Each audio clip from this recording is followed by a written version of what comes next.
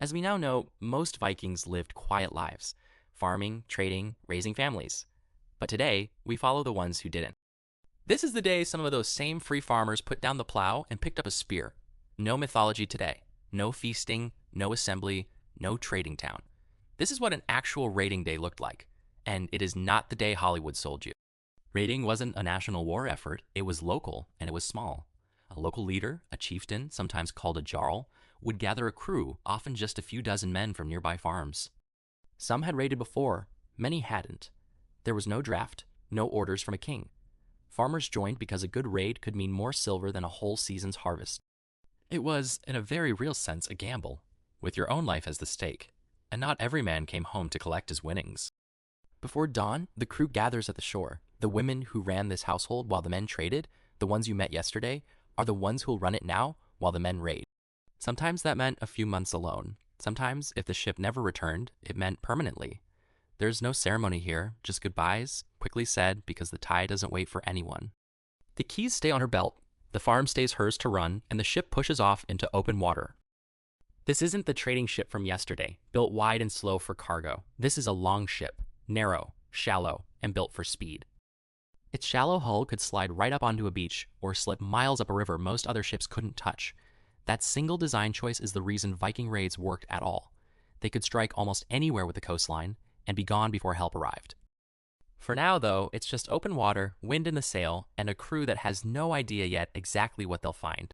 Here's where the movies get it wrong. Picture a Viking Raider, and you probably imagine a gleaming sword. In reality, swords were rare, expensive, hand-forged, and usually passed down as a family heirloom, not standard gear. Most men carried a spear. It used the least iron, it was cheap to make, and it was still lethal in the right hands. After that, an axe, the same tool used for splitting firewood back home, just as deadly, turned on a person. And almost everyone, warrior or farmer, wore a small single-edged knife at the belt called a sea-axe, an everyday tool and a last resort weapon in one. A round wooden shield completed the kit. No armor gleaming in the sun, just wood, iron, and whoever was fastest. And the helmet, the famous horned helmet, didn't exist. Not one confirmed Viking Age helmet out of everything ever excavated has ever been found with horns. Only a single complete Viking helmet has ever been discovered at all. Plain iron, a simple guard around the eyes, no horns anywhere. The horned look wasn't invented until the 1870s for a German opera costume, over 1,000 years after the Viking Age ended. It stuck, it just was never real. So where would this crew actually go? Not a fortress, not a walled city, somewhere rich, and somewhere undefended. Monasteries were close to perfect, gold and silver relics, valuable manuscripts, and monks with no weapons and no walls. The most famous early raid hit a monastery called Lindisfarne, off the coast of what's now northern England, in the year 793. To the people who lived through it, ships appearing without warning on the horizon must have felt like the end of the world. To the raiders, it was closer to a business decision.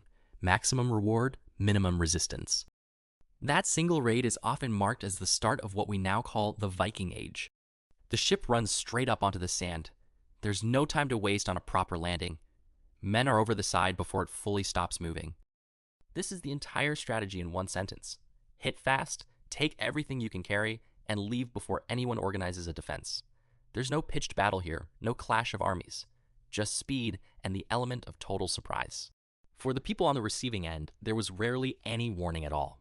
Within minutes, it's chaos, shouting, fire, a life turned upside down in the time it takes to wake up.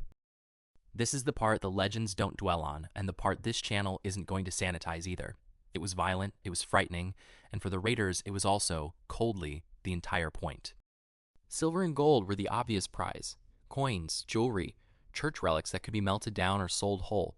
But the most valuable thing a raid could bring home often wasn't metal at all. It was people. Captives were rounded up alongside the treasure. Men, women, and children, taken as a matter of course. Historians estimate enslaved people, thralls, many of them taken exactly this way, could make up around 10% of the entire population back in Scandinavia. This wasn't a footnote to Viking raiding. For a lot of historians, it was closer to the main point of it. In Old Norse, an enslaved person was called a thrall.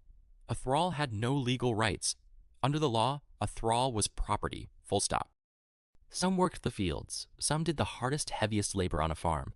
Some were sold on, far from home to buyers who'd never even seen where they came from. Remember Hedeby, the busy little trading town from the first Viking episode? Blacksmiths, ships, foreign silver coming in? Thralls were bought and sold in that same town alongside the furs and the iron. It's an uncomfortable thing to sit next to the peaceful version of that same place, but it's the truth, and both versions happened there at the same time. This is the side of the Viking economy that doesn't make it onto very many posters. Now, the part everyone's actually curious about: berserkers. Legendary warriors said to fight in a trance of pure rage, supposedly immune to pain and fear. Here's the honest answer. Historians still aren't sure what was actually happening. One theory says it was closer to self-hypnosis, working yourself into a frenzy on purpose, partly to terrify the enemy before a blade was even drawn.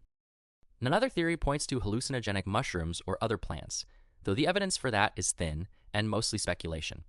What we do know is this: whatever it actually was, it worked well enough that some kings eventually banned it outright. Eventually, it's over. The ship pushes back out, heavier than it arrived. There's no guarantee of a clean trip home either. Storms, rival raiders, or an organized counterattack could all still end things badly. Some crews never made it back at all, and a farm somewhere would simply wait for a ship that wasn't coming. For the ones who did make it, the return was its own kind of relief. Word of a returning ship traveled fast along the coast. Some families ran to the shore to a homecoming, husbands, sons, brothers, alive and richer than when they left. Other families ran to the shore and watched a ship arrive without the person they were waiting for. The women who'd been running the farm alone found out right there on the sand which version of this day they'd gotten.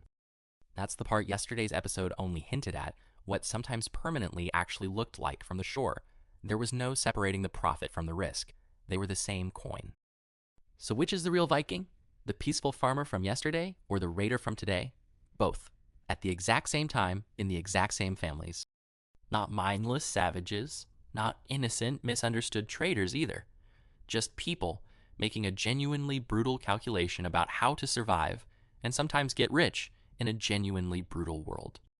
I'm Stix. This was Stix Through Time. Follow for more what history actually looked like.